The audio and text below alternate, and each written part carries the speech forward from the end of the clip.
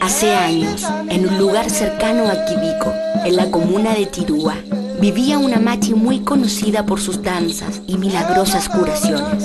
En el mismo sitio vivía una joven muy humilde, pero que se destacaba por su gran alegría.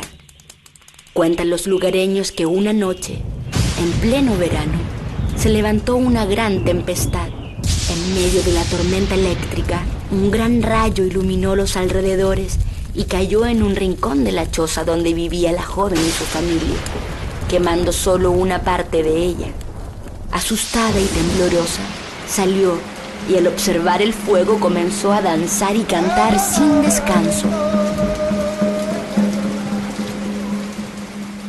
Sus padres, creyendo que se había trastornado, decidieron llevarla donde la afamada machi con la esperanza de encontrar cura para su hija.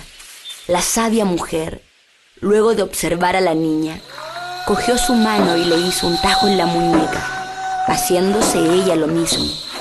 Luego juntó ambas heridas y le traspasó sus poderes a la muchacha.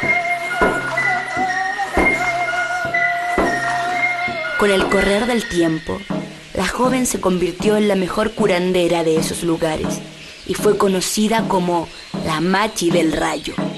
Casada con un hombre trabajador, tuvo 7 hijos que crecieron conociendo los secretos de las hierbas que su madre usaba.